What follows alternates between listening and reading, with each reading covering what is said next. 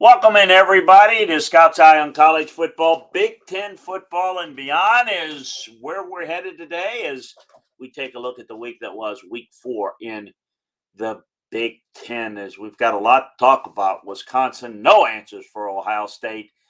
And they haven't had them for a while. They've not really played this team very well. They don't match up well with them. We'll get to that in a second. Michigan, some hiccups, some issues with a very good Maryland offense. They take care of business. Penn State, no problem with Central Michigan. Iowa beating Rutgers in a game of two teams with no offenses. Iowa's defense still scoring points.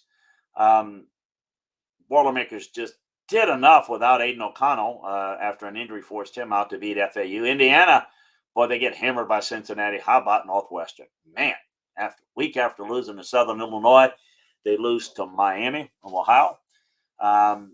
Chase Brown leading Illinois to a 31-0 win over UT Chattanooga. So it is an interesting look. We're going to get into kind of how the teams look right now and kind of rank them in the league, kind of go team by team and kind of tell you how things look inside the film room with these teams. So a lot to get to. Look, the conference is looking pretty good, and Ohio State looks like an elite team.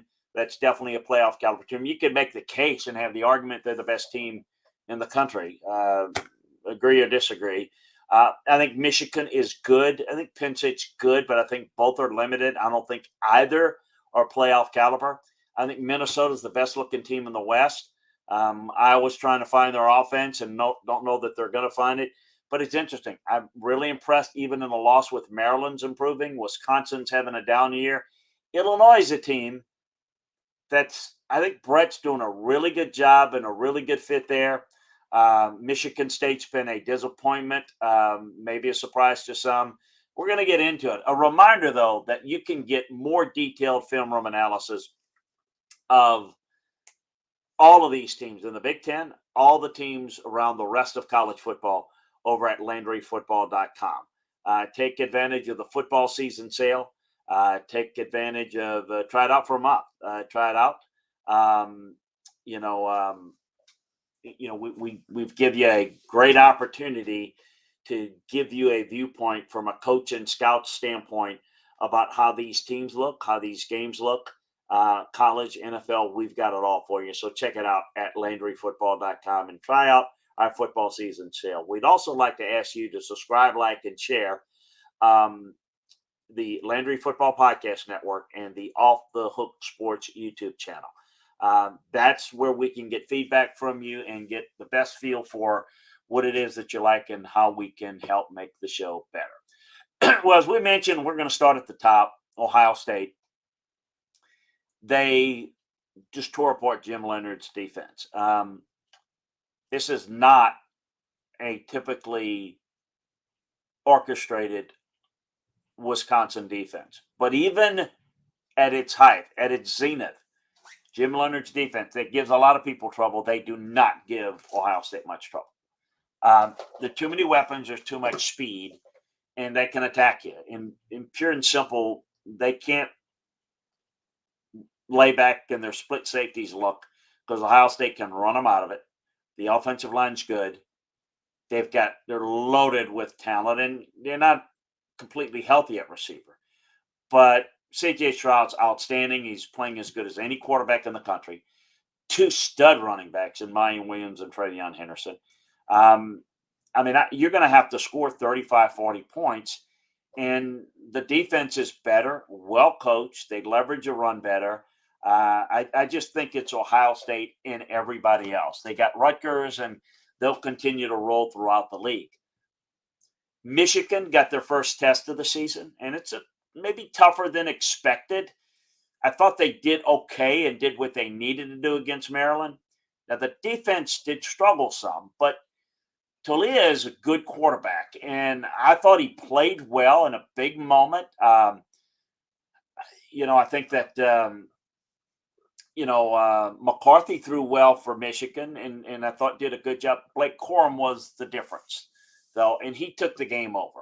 Daxton Hill and David Ajabo are really good players that are going to be high draft picks. I don't think that they're good enough to beat Ohio State, but I think they're good enough to stay in the race.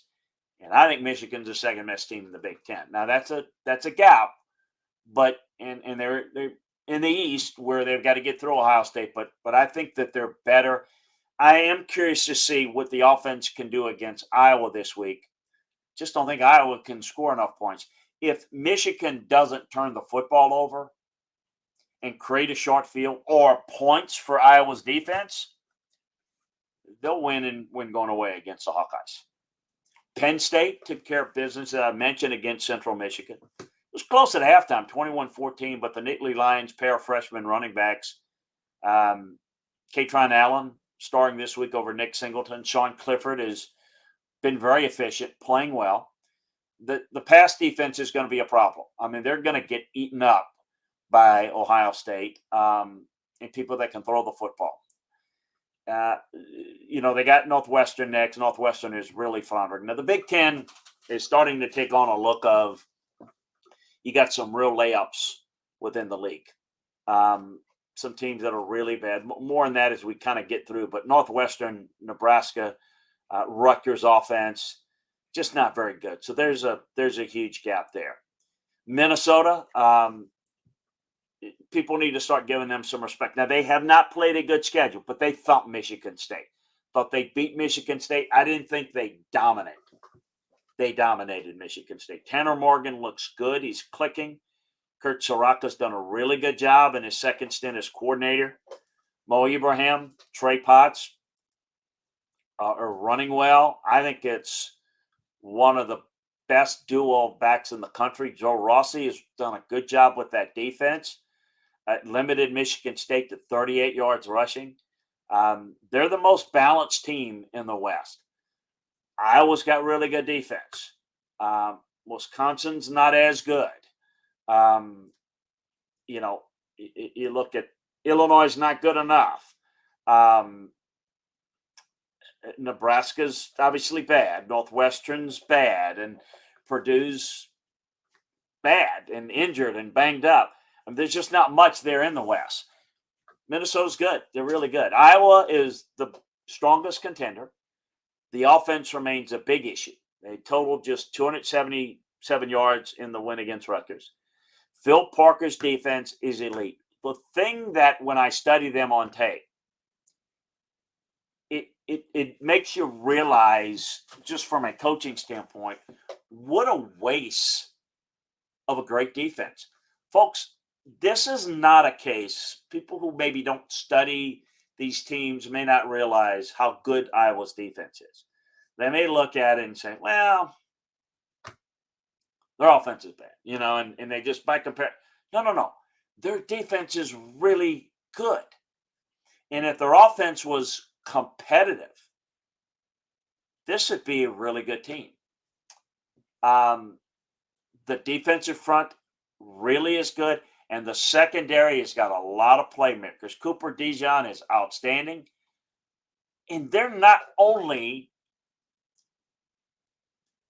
stopping people on defense, they're scoring points. They scored 14 again last week.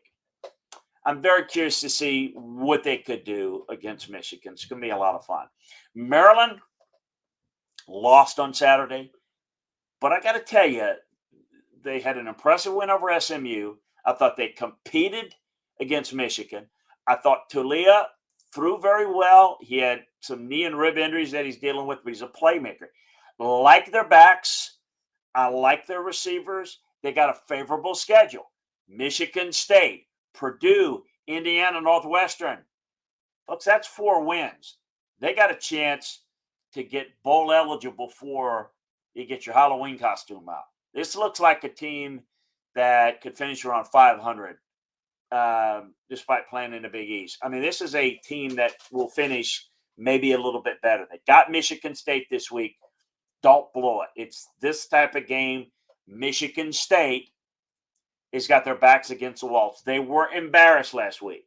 So Maryland, be ready to play here. This is going to be interesting. Wisconsin, look, I knew they were going to lose to Ohio State. I knew they were probably going to get hammered, but 52 points is a setback.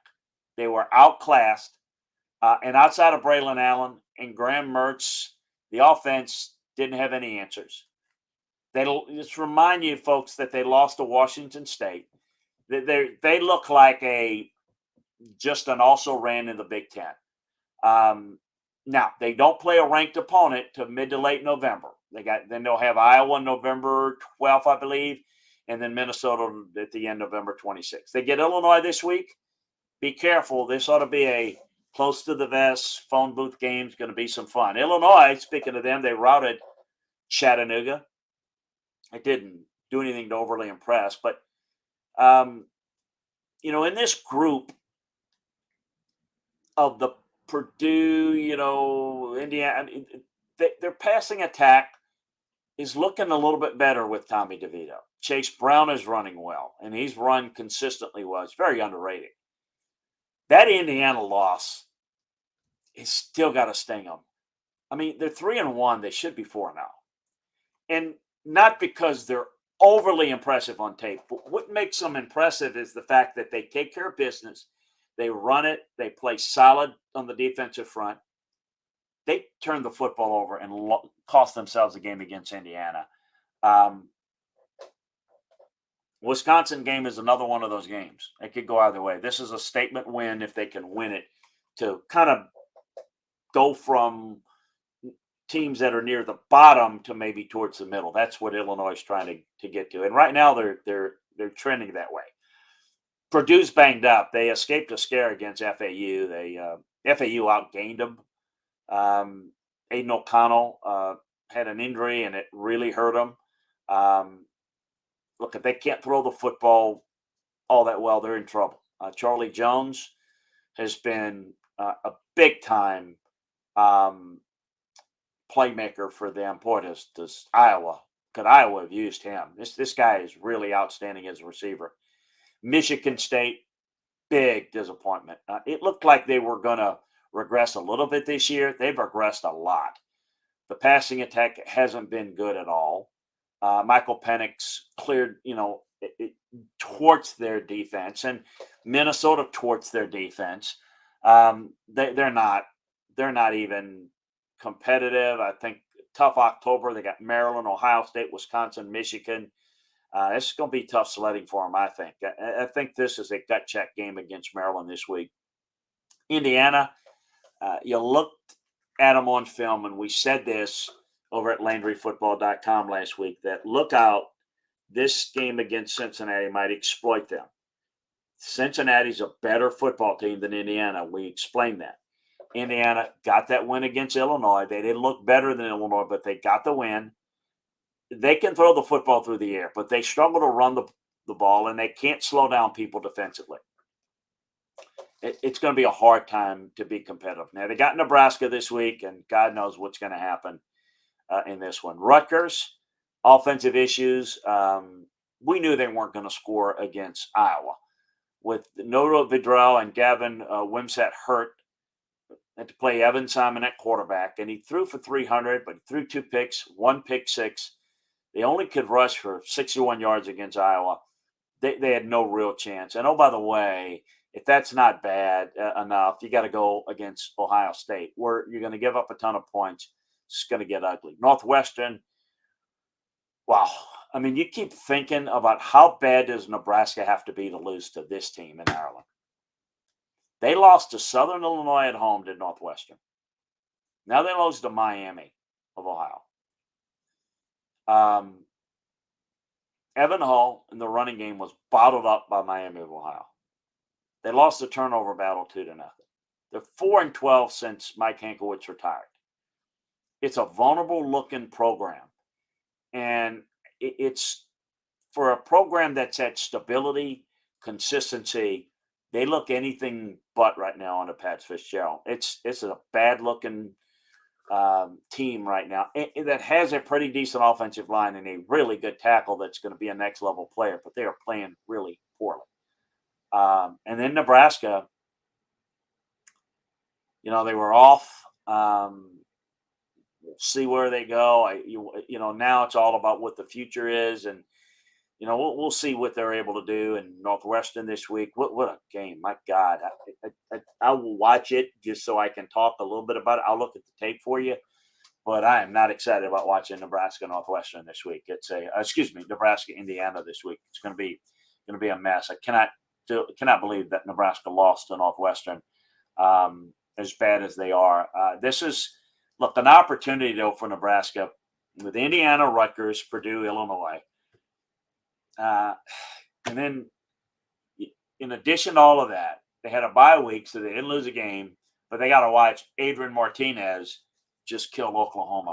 So even in a bye week, it wasn't good for Nebraska. So, hey, a reminder, we break down all the games, all the teams, not just in the Big Ten, but around the country, every conference over at LandryFootball.com. So take advantage of the football season sale today. It's the best deal we got going. It gives you insight from a coaching and scouting perspective on the college game, the NFL game. So check out LandryFootball.com today. Again, the football season sale, it's the best deal we have. Try it out for a month, 3 months, whatever is your pleasure. We'd like to ask you to sign up for the Landry Football Podcast channel. That's free, of course. Subscribe, like, and share that. If you're a fan of the Big Ten or the SEC or the ACC, whatever, sign up for Big Ten football and beyond, ACC football and beyond, whatever is your pleasure. Signing up for the Landry Football Podcast Network is going to get you all the shows, football-wise, NFL, college. We got it for you. But subscribe, like, and share if you would. Also, a reminder to subscribe, like, and share Off the Hook Sports YouTube channel. That'll get you the best college content around. We are partnering with them with our college content, so you can watch it on the YouTube channel. Hey, we appreciate you joining us. Again, we'll see you over at LandryFootball.com, and we'll talk to you more about more football action, taking you inside the film room, all the colleges, all the conference, all the time, including the Group of Five. We got it all for you on the Landry Football Podcast Network.